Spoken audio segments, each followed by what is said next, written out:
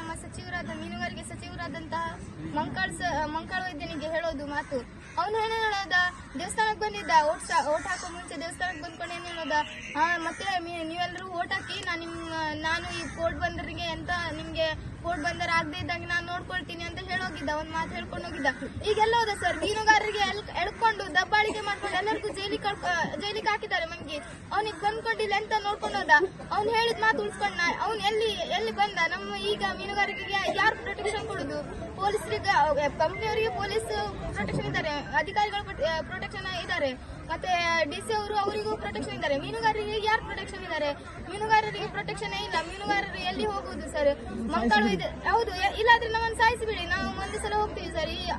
ಒಬ್ರು ಆ ಕಡೆ ಒಬ್ರು ಈ ಕಡೆ ಎಲ್ಲ ಒಂದ್ ಕಡೆ ದಿಕ್ಕಾಪಾಲ ಆಗೋದ್ಕಿಂತ ಎಲ್ಲರಿಗೂ ಒಂದೇ ಸಲ ದಯಾಮರಣವನ್ನ ಕೊಡಿಸಿ, ನಮ್ಗೆ ರಾಷ್ಟ್ರಪತಿಗಳಿಂದ ದಯಾಮರಣವನ್ನ ಕೊಡಿಸಿ ಅವ್ರು ಹೇಳ್ಕೊಂಡು ಹೋಗುದು. ಮತ್ತೆ ಸರ್ ಎಂತ ಮಾಡಿದ್ರು ಅಂದ್ರೆ, ಅವರು ರಾತ್ರಿ ಬಂದಿದ್ದಾರೆ ಸರ್, ನೈಟ್ 9:30 ಆಗಿದೆ ಅವ್ರು ಬರುವಾಗ.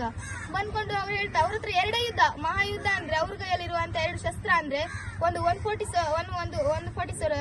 ಸೆಕ್ಷನ್ ಸರ್, ಮತ್ತೊಂದು 160 ಸರ್. ಇವತ್ತು ಹಾಕಿದ್ದಾರೆ, ಬೆಳಿಗ್ಗೆ 163 ಸೆಕ್ಷನ್ ಆಗಿದ್ದಾರೆ. ಅವರು ಸೆಕ್ಷನ್, ಅವ್ರ ಲಾಠಿ, ಅವ್ರ ಹಗ್ಗ ಎಲ್ಲದು ಅವ್ರ ಯುದ್ಧ ಸರ್. ನಮ್ಗೆ ಎಂತ ಮಾಡ್ಲಿಕ್ಕೆ ಆಗುದಿಲ್ಲ ಸರ್. ಮತ್ತೆ ಈಗ ನಾವು ಇಷ್ಟೊಂದು ಹೋರಾಟ ಮಾಡ್ತಿದ್ದೀವಿ, ಯಾರು ನಮ್ಮ ಊರಿಗೆ ಬಂದು ನಿಮ್ಗೆ ಈ ತರ ಆಗ್ತಿದೆ ಅಂತ ಯಾವ MLA ಅಧಿಕಾರಿ ಬಂದಿದ್ದಾರೆ ಸರ್? ಆದ್ರೆ ಒಂದೇ ಮಾತಾಡುದು, ಮಾಡಿಸ್ತೀನಿ ಅಂತ. 4 ವರ್ಷ ಆಯ್ತು ಅವ್ನು ಮಾಡಿಸ್ತೀನಿ, ನಾವು ರಕ್ಷಣೆ ಕೊಡ್ತೀವಿ ನಿಮ್ಗೆ ಅಂತ ಹೇಳಿ 4 ವರ್ಷ ಆಯ್ತು. ಈಗ ಮೀನುಗಾರರು ಬೀದಿ ಪಾಲಾಗಿದ್ದಾರೆ. ಇನ್ನೂವರೆಗೂ ಅವನಿಗೆ ಎಚ್ಚರ ಆಗ್ಲಿಲ್ಲ. ಅವನು ಎಲ್ಲಿ ಕೂತಿದಾನೋ ಎಂತ ಏನೋ ಬಂದುಕೊಂಡು ಇಲ್ಲಿ ಒಂದು ನೋಡ್ಕೊಂಡು ಎಂತಾದ್ರು ಹೇಳುವಂದ್ರೆ ಅವನು ಇಲ್ಲ. ಇವತ್ತು ಮೀನುಗಾರರು ಎಲ್ಲರೂ ಹೋದ್ರು, ಅವ್ನು ಯಾವಾಗ ಬರುದು? ಮೀನುಗಾರಿಕೆ ಸಚಿವ ಅಲ್ಲ ಅವನೆಲ್ಲೋದ? ಹೇಳ್ಕೊಂಡ್ ಮಾತೆಂತ ಅವನು?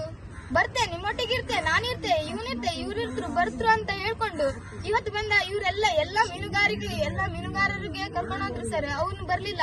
ನಿಂಗೆ ಓಟ್ ಹಾಕ್ಸುವಾಗ ಮಾತ್ರ ಮೀನುಗಾರ ಬೇಕು, ಬಾಕಿ ಟೈಮಲ್ಲಿ ಮೀನುಗಾರರು ಎಲ್ಲ ಸತ್ತೋಗ್ತಾರೆ ನಿನ್ ಬಾಲಿಗೆ. ನೋಡು, ಈ ವಿಡಿಯೋ ನೋಡು, ಮೀನುಗಾರರು ಎಷ್ಟು ಜನ ಕರ್ಕೊಂಡು ಹೋಗಿದ್ದಾರೆ ನೋಡು. ಅವರೆಲ್ಲ 4 ಗಂಟೆ ಒಳಗಡೆ ಇರ್ಬೇಕು, ಊರಲ್ಲಿ ಸೇರ್ಸ್ಬೇಕು. ಇಲ್ಲಾಂದ್ರೆ ನಾನು ಹೇಳಿದ್ದಾಗೆ ಸಮುದ್ರಕ್ಕೆ ಯಾರಿ ನನ್ನ ಪ್ರಾಣ ಹೋಗುದು ಖಚಿತ ಸರ್. ಇವತ್ತು ನನ್ನ ಈ ಸಾವಿಗೆ ಈಗ ನಾನು ಸಮುದ್ರಕ್ಕೆ ಹೋದ್ರೆ 4 ಗಂಟೆ ಒಳಗಡೆ ಯಾರಾದ್ರೂ ಬರ್ಲಿಲ್ಲ ಆದ್ರೆ ನಾನು ಸತ್ತೋದ್ರೆ ಇವತ್ತು ಮಾತ್ರ ನನ್ನ ಸಚಿವರೇ ಕಾರಣ ಅಂತ ನಾನು ಬರೆದಿಟ್ಟು ಸಾಯ್ತೀನಿ ಸರ್. ಇವತ್ತು ಬರೆದಿಟ್ಟು ನನ್ನ ಊರಿಗಾಗಿ ಹೋರಾಡ್ತೀನಿ ನಾನು, ನನ್ನ ಊರಿಗಾಗಿ ಮಾತಾಡ್ತೀನಿ ನಾನು. ಬೇರೆ ಉದ್ದೇಶವೂ ಕೂಡ ಇಲ್ಲ. ನನ್ನ ಯಾರ್ಯಾರು ನಮ್ಮ ಬಂಧು ಮಿತ್ರರು ಮತ್ತೆ ನನ್ನ ಮೀನುಗಾರರಿಗೆ ಯಾರ್ಯಾರಿಗೆ ಕರ್ಕೊಂಡು ಹೋಗಿದ್ರು, ದಯವಿಟ್ಟು ಅವರನ್ನ ನಮ್ಮ ಊರಿಗೆ ಸೇರಿಸಿ, ಮತ್ತೆ ನಮ್ಮ ಊರನ್ನ ಉಳಿಸ್ಕೊಡಿ. ದಯವಿಟ್ಟು ಹೇಳುತ್ತೀವಿ ಒಂದೇ, ನಮ್ಮ ಊರನ್ನ ಉಳಿಸ್ಕೊಡಿ.